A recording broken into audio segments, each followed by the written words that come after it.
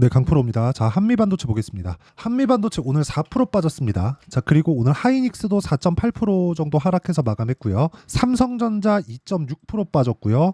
관련돼 있는 반도체 종목들 평균적으로 4에서 5% 정도는 다 빠졌습니다. 물론 다른 종목군들도 다 그렇게 뭐 좋은 모습은 보이지 못했는데 왜 이런 상황이 나왔을까요? 뭐 환율이 올라서? 그게 아니라는 겁니다. 자, 아니 결과적으로 보면 환율이 올라서 뭐 이런 상황이 발생했다 이렇게 볼 수 있지만 환율이 올라가는 게 과연 반도체 종목군들한테 나쁠까? 제가 오늘 이야기를 드리는 내용은 요겁니다. 자, 그리고 오늘은 제가 하나씩 써가면서 이야기를 드리도록 하겠습니다. 자, 내용 한번 보시면요, 뭐 간단합니다. 자, 지금 문제 첫 번째, 환율이 1,400원대를 갔다. 그쵸? 장중에 구두 개입이 있었다. 그쵸?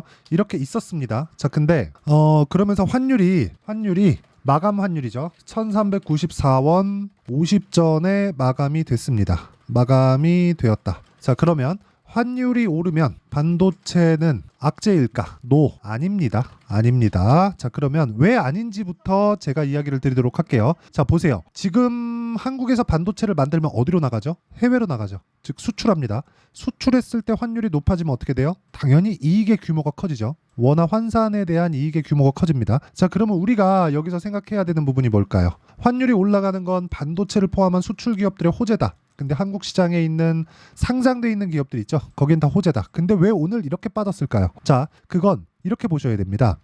첫 번째, 불안한 요인들이 있다. 그 불안한 요인은 중동에 대한 불안 요인들이 있겠죠. 근데 중동 불안이 왜 불안할까? 뭐 전쟁이 나서? 자, 전쟁이 나서 나오는 결과가 뭘까요? 유가 상승. 유가 상승은 뭘로 만들죠? 인플레이션에 대한 불안. 왜? 유가가 올라간다. 그럼 물가가 올라간다. 이렇게 해석이 되기 때문입니다.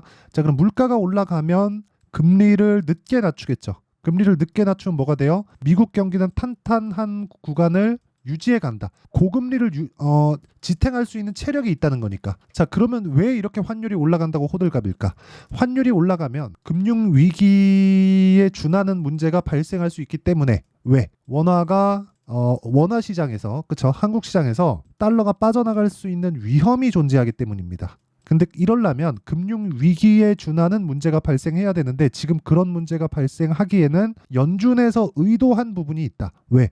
금리에 대한 말씀을 드렸잖아요. 인플레이션을 누르기 위해서 금리를 유지할 수 있다는 내용 때문에 그렇습니다. 그러면 금리를 유지한다. 그러면 유가가 높아진다. 근데 이미 높아져 있다. 만약에 여기서요, 중동에 대한 확산이 된다. 그렇죠? 확전이 된다면 지금 현재 보세요. 유가 이렇게 딱 쳐보면 유가가 지금 85불을 유지할 수 있을까? 물론 추가적으로 더 올라갈 수 있습니다. 그런데 확전에 대한 시그널이 아니라 심리적인 시그널이 발생할 수 있고 유가가 올라가게 되면 다시 급락할 수 있는 요인이 된다. 즉 지금 발생하고 있는 조정에 대한 부분은, 그렇죠? 이렇게 조정을 받고 있는 건 눌림목에 지나지 않는다. 왜? 이익이 늘어나는 상황이 지금 말씀드렸죠? 만들어지니까. 이게 핵심입니다. 그래서 지금 떨어지는 걸 너무 그렇게 걱정하지 않으셔도 되고요. 그리고 상대적으로 봤을 때 반도체 쪽은요. 자, 보세요. 자, 내용 보세요. 반도체 쪽은 어때요? 많이 올랐다. 그래서 어느 정도의 조정은 받아야 된다. 그렇죠? 기회입니다. 기회. 자, 이 기회를 내가 잘 노렸을 때 이번에 거의 뭐 마지막이라고 생각하진 않아요. 이번 시세에 반도체 시세의 마지막은 아니에요. 거의 이번에 반등을 한번 주고 또 한 번이 더 있을 겁니다. 실적이 아직 확 터지지 않았기 때문에 그렇습니다. 그렇죠? 근데 지금 타점을 잡을 때가 됐다. 그렇죠? 지금 팔고 나갈 때가 아니라 만약에 보유하고 있다. 그럼 내가 이익 실현할 때가 아직 아닙니다. 절대 아니에요. 그리고 내가 보유하지 않고 있다. 그러면 관련돼 있는 종목들을 공략할 때가 됐다. 그 중에 하나가 한미반도체고 한미반도체를 위해서는 하이닉스를 반드시 봐야 된다. 즉 타점을 어떻게 잡아야 되는지 그 내용이 중요하다는 겁니다. 그리고 이런 내용을 이해했을 때 이런 정도의 수익을 낼 수 있습니다. 자, 내용 보시면 여기 석 달 반 동안 내 계좌 수익률은 53%. 그리고 이건 계좌 수익이에요. 종목 수익이 아닙니다. 종목 수익은 내가 잘된 것만 딱딱딱딱 꼽아갖고 보여줄 수 있지만 계좌 수익은 전체를 다 보여주는 겁니다. 제 과거 영상을 보면 전부 다 이렇게 계좌 수익을 인증하고 있으니까 확인해 보시면 되고요. 자, 어떤 종목을 매매하는지까지도 제가 말씀드리면, 자, 최근에 이란 분쟁, 그쵸? 중동 분쟁으로 인해서 당연히 뭐가 발생해요? 석유 관련주들. 뭘 했나요? 돌파 구간에 매수했다. 그쵸? 꾸준하게 매수하고 있는 상황을 만들고 있고 저는 이 구간에서도 10% 정도의 수익 구간을 만들었고요. 그리고 이런 부분을 여기 소통방에서 다 공유를 합니다. 오늘자 같은 경우는 한국석유, 흥구석유 다 장 시작 전에 매매가 진행된 내용이고 어저께도 흥구석유. 그쵸? 다 매매가 진행된 내용이고 JNTC 같은 경우에도 어저께 급등을 했다. 자, JNTC. 자, 내용 보시면 어저께 그쵸? 충분하게 매매를 다 끝냈습니다. 자, 그리고 뭐 이런 돌파 구간을 공략했을 때 뭐 자람 테크놀로지나 이런 종목들처럼 그쵸? 단기간에 75%씩 모두 다 돌파 구간이죠. 싸게 사지 않는다는 겁니다. 이렇게 매매를 해야지만 내가 꾸준한 수익을 낼 수 있고요. 한미반도체와 같은 종목은 돌파 구간에서 공략을 했을 때만 잡을 수 있다는 겁니다. 내가 막 저가라고 매수해서 꾸준히 보유할 수 있다? 이런 거 아예 생각도 하지 마세요. 정말 어렵습니다. 그래서 매매하는 과정에서 내가 너무 어렵다. 지금 시장도 안 좋고 뭐 굉장히 조금 불편하다. 이런 상황이라면 여기 강프로의 10억 만들기 프로젝트에 참가하시면 되고요. 모두 무료로 진행합니다. 자, 그래서 구독과 좋아요 이 두 개 부탁드리고요. 상단에 있는 전화번호로 소통, 자 소통이라고 문자 보내주시거나 10억이라고 문자 보내주시면 제가 소통방 입장 링크를 순차적으로 공유를 해드리도록 하겠습니다. 자, 그러면 어떤 정도의 종목군들을 공략을 하고 그리고 제가 어느 정도의 수익을 내는지 그 내용까지 제가 다 공개를 했는데 이 내용을 토대로 우리가 한미반도체를 보면 상황이 달라졌다는 걸 볼 수 있죠. 왜 제가 한미반도체를 팔지 말라고 하는지, 왜? 가격이 먼저 올라간다는 거예요. 그렇죠? 근데 지금은 왜 조정받아요? 환율에 대한 문제 때문에 그걸로 인해서 눌림목을 만들어 준다는 겁니다. 그리고 무엇보다 한국 시장에서 반도체군 아니 전체적인 실적에 대해서 먼저 나오는 게 어디죠? 삼성전자. 그렇죠? 매 분기마다 분기 시작점에 삼성전자의 실적이 먼저 나옵니다. 그러면 삼성전자의 실적이 먼저 나왔을 때 앞으로 반도체 종목군들의 실적이 어떻게 나올지 예상 가능하죠. 하이닉스 실적 어떻겠습니까? 당연히 좋을 수밖에 없다. 그러면 한미반도체 실적 어때요? 당연히 좋을 수밖에 없다. 그래서 일시적으로는 수급상에 안 좋은 부분이 발생할 수 있습니다. 이렇게 매도. 근데 전체적으로 보면 한 달치는 계속해서 매수세를 유지하고 있습니다. 이것뿐만이 아니라 삼성전자에 대한 시세, 그쵸? 수급적인 문제를 보더라도 떨어질 때 매수하는 외국인에 대한 모습, 그쵸? 기관은 요즘에 뭐 펀드 쪽이 너무 힘이 없다 보니까 기관은 아예 그냥 안 보셔도 되고요. 외국인만 집중해서 보면 된다. 만약에 환율이 문제가 된다? 외국인이 삼성전자를 살 수 있을까? 절대 아니죠. 자, 이런 부분을 통해서 우리가 본다면 지금은 타점을 잡을 때다. 그래서 그 타점을 어떻게 잡아야 되는지 그 내용에 대한 부분을 여기 한미반도체의 가격과 단기 보유 전략으로 제가 내용 준비를 해왔고요. 단기 뭐예요? 2주 동안 수익 전환 시켜야 됩니다. 아까 전에 제가 종목으로 인증 다 했죠. 그래서 구독과 좋아요 두 개 눌러주시고요. 상단에 있는 전화번호로 한미, 자 한미라고 자 보내주시는 분들에 한해서만 제가 가격 그리고 단기 보유 전략을 어떻게 잡아야 되는지 그리고 한미반도체와 SK하이닉스의 실시간 타점을 제가 문자로 공유를 해드리도록 하겠습니다. 자, 오늘은 시장이 급락에 나왔기 때문에 냉정해져야 될 필요가 있고요. 너무 스트레스 받지 마시고 오늘은 진짜 어떻게 타점을 잡을지 그 내용에 대해서 반드시 공부를 해보시길 바라고요.